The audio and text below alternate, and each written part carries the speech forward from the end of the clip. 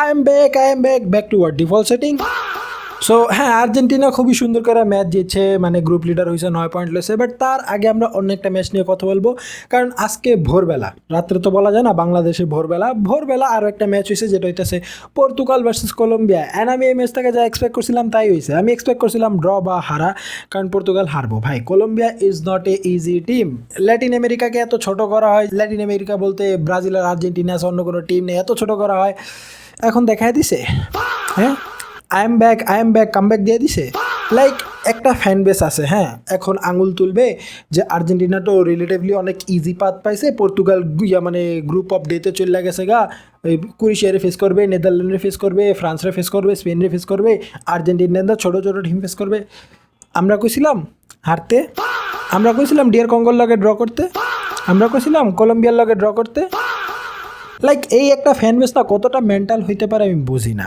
কারণ আর্জেন্টিনার লগে রাউন্ড অফ 32-তে এখন পড়তেছে কেপ ভার্দে, যারা কিনা স্পেনের সাথে ড্র করছে, স্পেনের মতো টিমকে তারা থামায় দিছে, তাদের সাথে আর্জেন্টিনার খেলা পড়ছে। বাট এই জায়গায় খেলা পড়তে হচ্ছিল উরুগুয়ের সাথে, বাট উরুগুয়ে ফাম্বল করছে। এটাও মেসির দোষ, কারণ মাফিয়া মেসি উরুগুয়ের টাকা খাওয়া ফাম্বল করতে পড়ছে। অ্যান্ড আর্জেন্টিনা পর্তুগালের সাথে দেখা করতো কোয়ার্টার ফাইনালে, একটা সম্ভাবনা ছিল।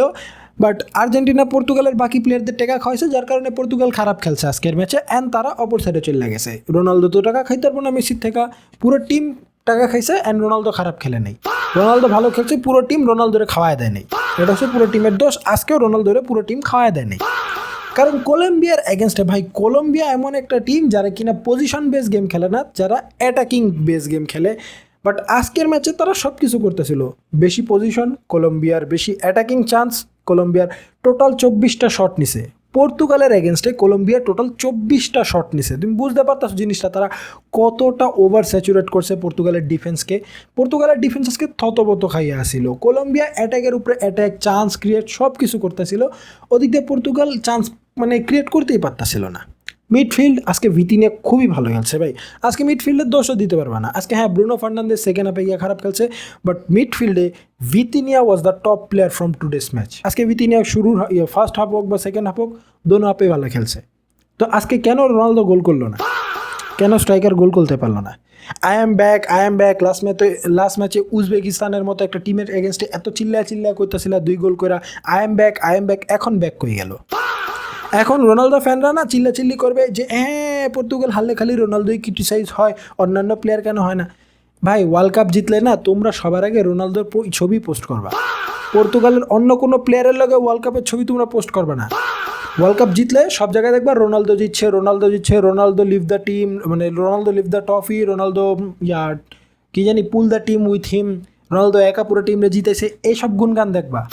বাট হারলে না, রোনালদো তো ভালো খেলছে, রোনালদো খারাপ খেলে নেই, রোনালদো ভালো খেলছে, কিন্তু রোনালদো করে খাওয়ায় দেয় নেই, রোনালদোরে তার টিম মিটরা খাওয়ায় দেয় নেই, বল বানায় দেয় নেই, বল পায়ে দিয়া গোল পোস্টে লাগায় দেয় নেই, এর লেগে গোল দিতে পারে নেই। সিরিয়াসলি ভাই, এর থেকে ডিলিউশনাল, এর থেকে মেন্টাল ফ্যান বেস আমি আমার লাইফে দেখি নাই। বাট যাই হোক, ম্যাচের কথা যদি বলি, ওই ম্যাচে প্রতিটা প্লেয়ার, মানে কলম্বিয়ার প্রতিটা প্লেয়ার খুবই দুর্দান্ত গেম খেলছে ভাই। কলম্বিয়া কতটা যে একটা অ্যাটাকিং টিম, একটা ফিজিক্যাল টিম আজকে দেখছে, কারণ তাদের যে প্রেসিং, ফিজিক্যাল প্রেসিং যদি কোনোটা হয়ে থাকে, ল্যাটিন আমেরিকার যেই স্টাইলটা হয়ে থাকে প্রেসিং বা ফিজিক্যাল গেম খেলা, ওটা কলম্বিয়া ভাই পিওরলি ভালোভাবে দেখাতে পারে, কারণ কলম্বিয়ার সেই অ্যাবিলিটি আছে। লুইস দিয়াস, হ্যামেস রদ্রিগেজ, ভাই রদ্রিগেজ যে কিনা অলমোস্ট শেষ, তার ক্যারিয়ার ফিনিশডের পথে, এত সুন্দর গেম খেলছে আজকে। বারবার যে কলম্বিয়ার ডিফেন্স ছিল সেটা ব্রেক করা, নুনো মেন্দেসকে হার্ড টাইম দেওয়া। আজকে যদি পর্তুগাল টিমে খারাপ কেউ খেলে থাকে, ওটা হচ্ছে রুবেন নেভেস। ভাই, ও যে কেন স্টার্ট করে আমি বুঝি না। জাও নেভেজের মতো একজন একটা ভালো প্লেয়ার থাকতে, এত সুন্দর একজন মিডফিল্ডার থাকতে, সুন্দর বলতে খেলার দিক দিয়ে, চেয়ারের দিক দিয়ে সুন্দর আছে, বাট খেলার দিক দিয়ে অনেক সুন্দর, এত ভালো কোয়ালিটির একটা মিডফিল্ডার থাকতে কেন এক্সপিরিয়েন্সটার নামে ওই প্লেয়াররাই খেলা শুরু করানো হবে যে কিনা ভালো খেলতেই পারে না। আমরা এর আগের ম্যাচেও তার কোনো ভালো পারফরমেন্স দেখিনি, তার থেকে আমরা ভালো পারফরমেন্স দেখতে পারতাছি না, তারপর ও স্টার্ট করে। And Cristiano Ronaldo, the best player of the world, the goat, এটা সেটা, মানে কি বলবো ভাই, স্ট্রাইকারের কাম খালি ডি বক্সে বসে থাকে না, স্ট্রাইকারের কাম ডিপে এসা প্লে মেকিং করাও, ডিপে এসা খেলা, বল টাইম না নেওয়া যাওয়া, ডিফেন্সও করা মাঝে মাঝে। বাট ক্রিস্টিয়ানো রোনালদো থেকে আমরা ওটা আজকের ম্যাচে দেখি নাই। তার একটা মাত্র চান্স ছিল, যেটাও কিনা অফ সাইড আইসে, সেটাও সে অফ টার্গেট মারছে। এখন আমি বুঝতেছি না যে কি কমু, এইগুলা নিলে বলার আমার কিচ্ছু নাই। এই টিম যে কবে শুধরাইব কোনো কিছু বলার নাই, এই ফ্যান বেসও শুধরাইব না, তাদের গোটও শুধরাইব না। বাট আজকের ম্যাচে যে ড্র হয়েছে না, ওই ড্র হইতো না। আজকের ম্যাচে 4 গোল খাইতো পর্তুগাল, 4 গোল চোখ বন্ধ করে খাইতো মিনিমাম। বাট ডিয়েগো কোস্তা ভাই, ওই যেই পরিমাণের গোলকিপিং দিছে, এত ভালো ভালো সেভ দিছে, শিওর গোলগুলারও সেভ দিয়ে দিছে, পর্তুগালের আজকে বাঁচাইছে। পর্তুগালের হিউমিলিয়েট হওয়া থেকে, পর্তুগালের অসম্মান হওয়া থেকে আজকে ও একা বাঁচাইছে পুরো টিমটার। মানে ডিফেন্সও আজকে অত ভালো খেলে নেই। ডিফেন্সের দিক দিয়ে আজকে বলতে গেলে হ্যাঁ, নুনো মেন্দেস একটা ডিসেন্ট গেম খেলছে, যাও ক্যান্সেলো অত একটা ভালো চান্স ক্রিয়েট করতে পারতেছিল না, যার কারণে ওকে চেঞ্জ করা হয়েছিল। তারপর রুবেন ডিয়াস ও একটু টুকটাক ভালো গেম খেলছে। আই মিন বলতে গেলে হ্যাঁ, ডিফেন্স টুকটাক ভালো গেম খেলছে, নুনো মেন্দেস, রুবেন ডিয়াস এই দুজনই ভালো খেলছে ডিফেন্সের মধ্যে। বাট বাকি প্লেয়াররা এত ভালো খেলে নেই। ভিতিনিয়া খুবই দুর্দান্ত গেম খেলছে। ব্রুনো ফার্নান্দেস ফার্স্ট হাফে অনেক ভালো খেললেও সেকেন্ড হাফে অতটা ভালো খেলতে পারে নাই। অ্যান্ড রোনালদোর কথা কিছু করার দরকার নেই। রোনালদো কী কমু, কিছু করার দরকার আছে রোনালদোর হলে, কারণ ও কীরকম প্লেয়ার এখন আমরা সবাই জানি। বাট একটা ফ্যান বেস আছে লাস্ট ড্যান্স নামে, এখনও ওটারে সাপোর্ট করে গেতেছে। কিছু বলার নেই, ওটালে কিছু বলার নেই। বাট অ্যাট দি এন্ড তারা যেহেতু ম্যাচ ড্র করছে, যার কারণে তারা ব্র্যাকেটের ওই পাশে চলে গেছে। এখন রোনালদো ফ্যান বেসরা পাগল হয়ে গেছে যে আর্জেন্টিনা তো ইজি পাইছে, আর্জেন্টিনা তো ইজি পাইছে, পর্তুগালে দিল না ইজি। পর্তুগাল জিতে না কে? তোমার টিম জিতে না কে? তোমার টিম মাঠে যা হাগাহাগি শুরু করে দেখে, বেস্ট টিম, বেস্ট মিডফিল্ডার, তারপর কি হিস্টোরির বেস্ট পর্তুগাল স্কোয়াড লইয়া তো জিতে না কে? ডিয়ার কঙ্গল লগে যা ড্র করো কে? আবার ওই সব টিম সামনের মানে পরের রাউন্ডে কোয়ালিফাই করলে ওদের ছোট টিম বানা দো, তো ছোট টিমের এগেনস্টে জিতো না কে? জিতো তো খালি উজবেকিস্তান। ও এখন উজবেকিস্তান অনেক বড় একটা টিম হয়ে গেছে না, এলিমিনেট হওয়ার টিম অনেক বড় একটা টিম হয়ে গেছে উজবেকিস্তান। বাট যাই হোক, এই হইলো রোনালদোর ম্যাচ লওয়ার কথা। ভাই রোনালদোর ম্যাচ লওয়া কোনো কিছু বলার নাই। টাট্টি খেলছে, কলম্বিয়ার এগেনস্টে টাট্টি খেলার কথা ছিল, টাট্টি খেলছে। বাট এখন আসি ভাই the best player of the world মেসির কথায় ভাই। কারণ মেসি গ্লেজিং এখন থামবই না, কারণ মেসি এই ম্যাচে আজকে স্টার্টও করে নাই। লাস্ট 2 ম্যাচে 2 গোল করছে, তারা নেক্সট রাউন্ডের জন্য কোয়ালিফাই হয়ে গেছে। মেসি নিজে যায় স্কালোনিরে বলছে, স্কালোনি ওরা ভয় নেই, স্কালোনি নিজে ইন্টারভিউতে বলছে যে মেসি নিজে যায় স্কালোনিরে বলতেছে যে ও নেক্সট ম্যাচে সাবস্টিটিউট হিসাবে থাকতে চায়, ও বেঞ্চে থাকতে চায়, বেঞ্চ থেকে স্টার্ট করবে, ইয়াংস্টারদের টাইম দিবে। রেসপেক্ট এমনি এমনি পাওয়া যায় না। টিমের যেই টিম থেকে যে হাম্বলনেস, টিম থেকে যে রেসপেক্ট, টিম থেকে যে কম্বিনেশন, টিম থেকে যে সাপোর্ট, ওটা এমনি এমনি পাওয়া যায় না, ওটা অর্জন করে নিতে হয়। মেসি ওটা করতে পারে। আজকে মেসি স্টার্ট করে না, আজকে যদি মেসি স্টার্ট করতো হ্যাট্রিক হয়ে পড়তো। জর্ডানের এগেনস্টে মেসির খেলা মানে একটা স্ট্যাট প্যাডিং, ও আরও রেকর্ডটা বড় করতে পারতো। বাট ও স্টার্ট করে নাই, ও ইয়াংস্টারদের টাইম দিছে। হাফ টাইমের পরও আসে নাই, আসছে কখন? 60 মিনিটের পর, মানে ম্যাচের 3 ভাগের 2 ভাগ শেষ, তারপর মেসি মাঠে আসছে। অ্যান্ড আইসা ফ্রি কিকে গোল। অ্যান্ড এই গোলের মাধ্যমে মেসি দুইটা রেকর্ড করছে, নতুন 2টা রেকর্ড। এক হইতাছে Messi is the first player to score goals in 7 consecutive world cup games, একমাত্র প্লেয়ার। অ্যান্ড তাই না, এর সাথে আজকে ফ্রি কিক যেহেতু করছে ডি বক্সের বাইরে থেকে, তার কারণে মেসি এখন বর্তমানে ওয়ার্ল্ড কাপ হিস্ট্রির সবচাইতে বেশি গোল করছে ডি বক্সের বাইরে থেকে। এই রেকর্ডও মেসির নামে হয়ে গেছে। সো মেসি রেকর্ড চেস করে না। ও যদি রেকর্ড চেস করতে হইতো ও আজকে স্টার্ট করতো, হ্যাট্রিক মারতো, আর একটা স্ট্যাট প্যাডিং হয়ে যেত। বাট ও স্টার্টও করে না, ইয়াংস্টারদের টাইম দিছে। ভাই আমরা মেসি ফ্যানরা পাগল হয়ে আসলাম যে মেসির রেকর্ড, মেসির থেকেও বেশি চিন্তা মেসি ফ্যানরা করে মেসির রেকর্ড ভাঙ্গার। তুমি বুঝতে পারতেছো? কারণ আজকে মেসি গোল না করলে ওই জিনিসটা থাকতো না। মেসি 3 নাম্বার প্লেয়ার হয়ে গেত গা র্যাঙ্কিংয়ে, না মানে র্যাঙ্কে ফার্স্টই থাকতো। বাট 3 জন প্লেয়ার মিললে এমন হয়ে গেত যে তারা টানা 6 ম্যাচে গোল করছে, ওয়ার্ল্ড কাপের 6 ম্যাচে। সো এই জায়গায় মেসি 7 ম্যাচ করে দিছে, অ্যান্ড মেসির নতুন রেকর্ড হয়ে গেছে। অ্যান্ড নেক্সট রাউন্ড থেকে আমরা আসল ফুটবল দেখতে যাচ্ছি, মানে ওয়ার্ল্ড কাপের যে মেন টেস্ট, যে কম্পিটিশন, যে বড় বড় গেম, নেক্সট গেম থেকে প্রতিটা match is a big game. প্রতিটা ম্যাচ তুমি মিস করতে চাইবা না। এখন আর ওই একদিনে 2-3টা ম্যাচ হবে না, এখন তুমি প্রপারলি অ্যাট এ টাইম একটা গেমই মজা করে দেখতে পারবা। আই মিন হ্যাঁ, একদিনে 2-3টা গেম এখনও আছে, বাট ম্যাক্সিমাম 2টা গেমই পেবা, অ্যান্ড দোনোটা গেমই মারাত্মক হবে। অ্যান্ড শুধু তাই না, মেসি আজকে গোল করার মাধ্যমে 6 গোল করছে, 3 ম্যাচে 6 গোল, প্রতি ম্যাচে 2 গোল, বলতে গেলে প্রতি ম্যাচে একটা করে ব্রেস। অ্যান্ড তার মাধ্যমে মেসি, যে কিনা আগেও বর্তমান ওয়ার্ল্ড কাপের টপ স্কোরার ছিল, আবার ওই ওয়ার্ল্ড কাপের আবার টপ স্কোরার হয়ে গেছে, মানে তার লিডটা আরও বাড়িয়ে দিছে। কারণ সেকেন্ড প্লেসে যারা আছে 3-4 জন সেকেন্ড প্লেসে আছে, 1-2 জন না, 3-4 জন, এমবাপ্পে, হাল্যান্ড, দেমবেলে, আরও 2-1 জন আছে যারা কিনা 4 গোল কইরা 2 নম্বর স্পটে আছে। মেসি একা 6 গোল করে 1 নম্বর স্পটে আছে। সো বুঝতেই পারতেছো জিনিসটা কতটা তফাৎ।